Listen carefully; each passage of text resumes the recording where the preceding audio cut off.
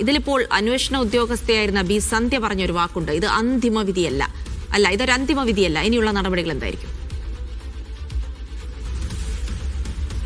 അതെ, അതിജീവിതയുടെ അഭിഭാഷക, അതോടൊപ്പം തന്നെ സ്പെഷ്യൽ പബ്ലിക് പ്രോസിക്യൂട്ടർ അജയകുമാർ ഉൾപ്പെടെയുള്ള ആളുകളുടെ പ്രതികരണം നമ്മൾ എപ്പോൾ വേണമെങ്കിലും പ്രതീക്ഷിച്ചിരിക്കുകയാണ്.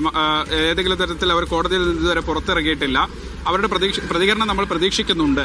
എന്തായിരിക്കും തുടർ നടപടികളെന്ന് ചില കോണുകളിൽ നിന്ന് തന്നെ ഇപ്പോൾ തന്നെ ചില പ്രതികരണങ്ങൾ വരുന്നുണ്ട്. അന്തിമ വിധിയല്ല എന്ന് പറയുമ്പോൾ ഇതിനകത്ത് കുറെ കൂടി ഉന്നത കോടതികളിലേക്ക്, പ്രത്യേകിച്ച് ഭരണഘടനാ കോടതികളിലേക്ക് അപ്പീൽ പോകാനുള്ള, ജില്ലാ കോടതിയാണ്, പ്രത്യേക കോടതിയാണ് ഇതിൽ വിചാരണ പൂർത്തിയാക്കി വിധി പറഞ്ഞിരിക്കുന്നത്. ഇനി ഹൈക്കോടതിയിലേക്കും അതോടൊപ്പം തന്നെ അത് കഴിഞ്ഞ് സുപ്രീം കോടതിയിലേക്കും ഒക്കെ പോകാനുള്ളൊരു സാധ്യതയുണ്ട്. പരമോന്നത കോടതി ഒരിക്കലും ഇതിൽ തീർപ്പ് കൽപ്പിച്ചിട്ടില്ല എന്നതുകൊണ്ട് തന്നെയാണ് ബി സന്ധ്യയുടെ വാക്കുകൾ ആ രൂപത്തിൽ കാണേണ്ടത്. മറ്റൊരു കാര്യം, അതിജീവിത ഇക്കാര്യത്തിൽ ഇനി എന്ത് തീരുമാനമെടുക്കും എന്നതുൾപ്പെടെ വളരെ പ്രധാനമാണ്. ആ കൂടിയാലോചനകൾക്ക് ശേഷം കൂടിയായിരിക്കും ഈ വിഷയത്തിൽ മറ്റു നടപടികളിലേക്ക് പ്രോസിക്യൂഷനും.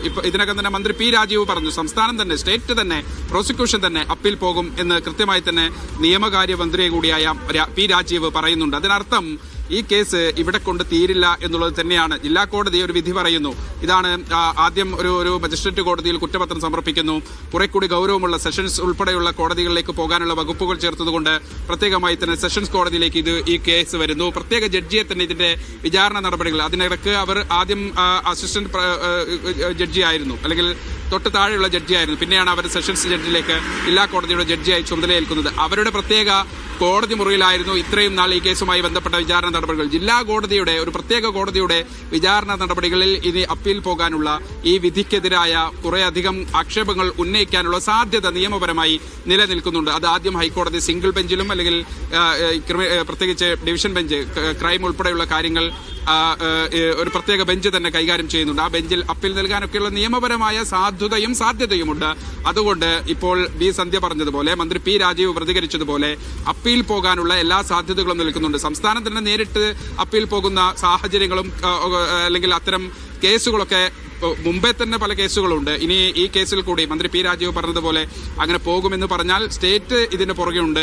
അതിജീവിതയ്ക്കൊപ്പം സംസ്ഥാന സർക്കാർ നിലയുറപ്പിക്കുന്നു എന്നാണ് മന്ത്രി പി രാജീവിന്റെ വാക്കുകളിൽ നിന്ന് വ്യക്തമാക്കുന്നത്. ബി സന്ധ്യയും ഇത് അന്തിമ വിധിയല്ല എന്ന് പറയുമ്പോൾ അത് തന്നെ വായിച്ചെടുക്കേണ്ടി വരും. നിയമ പോരാട്ടങ്ങൾ, അതിജീവിത എന്ത് നിലപാടെടുക്കുന്നു എന്നതുകൂടി അത് പ്രത്യേകമായി തന്നെ അണ്ടർലൈൻ ചെയ്ത് കേൾക്കേണ്ടതാണ്. അതിജീവിതയുടെ നിലപാടുകൂടി ഈ കേസിനകത്ത് ഇനി എന്ത് ചെയ്യും, എന്താണ് മുന്നോട്ട് പോക്ക്, എന്താണ് ഗതിവിഗതികൾ എന്ന് തീരുമാനിക്കുന്നതിൽ വളരെ നിർണായകമാകും. ജിൽസി, അത് തന്നെയാണ് അതിജീവിതയുടെ ആദ്യ പ്രതികരണം എന്ന നിലയിൽ പ്രതികരിക്കാനില്ല എന്നുള്ളത് തന്നെയാണ്. ഇനി അതിജീവിത ഈ കേസുമായി ബന്ധപ്പെട്ട് മുന്നോട്ട് പോകാനുള്ള തീരുമാനം തന്നെയായിരിക്കും എടുക്കുക എന്ന് തന്നെയാണ് പ്രതീക്ഷിക്കുന്നത്. എന്തായാലും നിയമ നടപടികളും പോരാട്ടങ്ങളും ഇതുകൊണ്ട് അവസാനിക്കുന്നില്ല.